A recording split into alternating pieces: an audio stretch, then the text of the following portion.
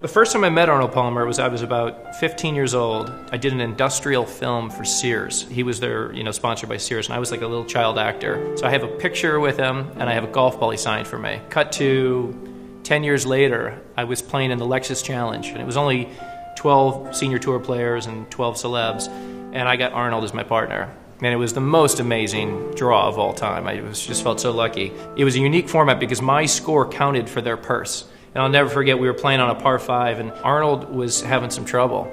And I had hit a good drive, and I had my 3-wood out, I was ready to hit, and Arnold was kind of slashing around. And I was like, no, give me my wedge, I'm just gonna lay up. And he saw me from across the fairway and came running over and said, "Hey, don't you lay up on me." I was like, "Okay, Mr. Palmer." He's like, "Hit the 3-wood." And so I hit the 3-wood, and I don't even remember what happened. I was just so shocked, but it was so classic Arnold, always going for broke and not playing out of fear. The only other Arnold story that I always laugh about, at the Bob Hope we were playing one time, we were signing autographs for people, and he saw me signing autographs, and he looked there and goes, "The hell is that?" I go, "It's my signature." He goes, "Well, sign it so they can read it," because if you've ever seen Arnold's signature, it's perfect. And he was really offended by my signature, so I worked on it after that. I was doing a Pittsburgh Steelers game a few years ago, and I called him up and said, "Hey, I've got a free afternoon. Mind if I drive up to Latrobe, see you?" "Come on up." Went up to the house, no gate, no posse of people around him to insulate the king, Arnold and Kit. And after an hour visit, it was time to get back in the car, and Arnold walks me to the car. I come down the driveway, and I just happen to take one last look up at the house, and I'm glad I did. There was Arnold at the top of the driveway, waving goodbye. Now, there are a lot of people that are big, even more so they think they're big. I don't know how many would have that scene right there play out. That's Arnold Palmer. That's the kind of man he is.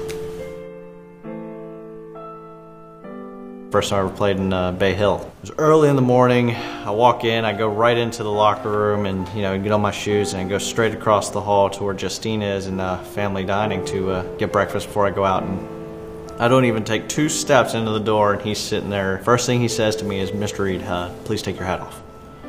And I'm like, I didn't quite get there fast enough. I literally was 2 steps inside the door and I took off my hat, and it just shows you how much respect he has for not only golf, but everybody. I was fortunate enough when I retired. My manager at the time, Mike Burnett, told me one day we have an opportunity that we're going to play, the 4 of us, McCormick and Mr. Palmer and Mike Burnett and myself, and we played Bay Hill. And one of the par 3s was over water. And Mr. Palmer said, "I think it's a 3-iron. And his caddy said, no, Mr. Palmer, it's a 2-iron. And he hit his 3-iron short, and he hit it into the water. And his caddy said, "I told you, Mr. Palmer, it's a 2-iron. And he put another ball down on the ground, and he hit the 3-iron, and he knocked it in for a 3. And he looked at the caddy and said, "I told you it was a 3-iron. And I was like, oh my goodness, this is one of the greatest things I've ever seen in my life. More than 10 years ago, I was at a career crossroads. I was offered a chance to be a host on one of the morning television shows. It happens to be Arnold's last round competitively at Augusta. And I'm waiting for him on the practice putting green, just steps off the first tee. And here he comes, out of the back of the clubhouse. The human tunnel is formed.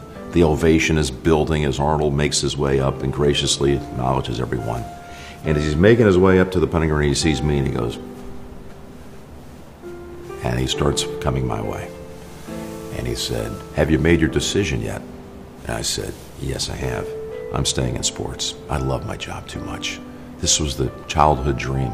And he said, "You made the right decision." He said, "Was it a hard decision?" I said, "It was, and I'll tell you why. My dad was still alive, but deep in the throes of that dark abyss known as Alzheimer's."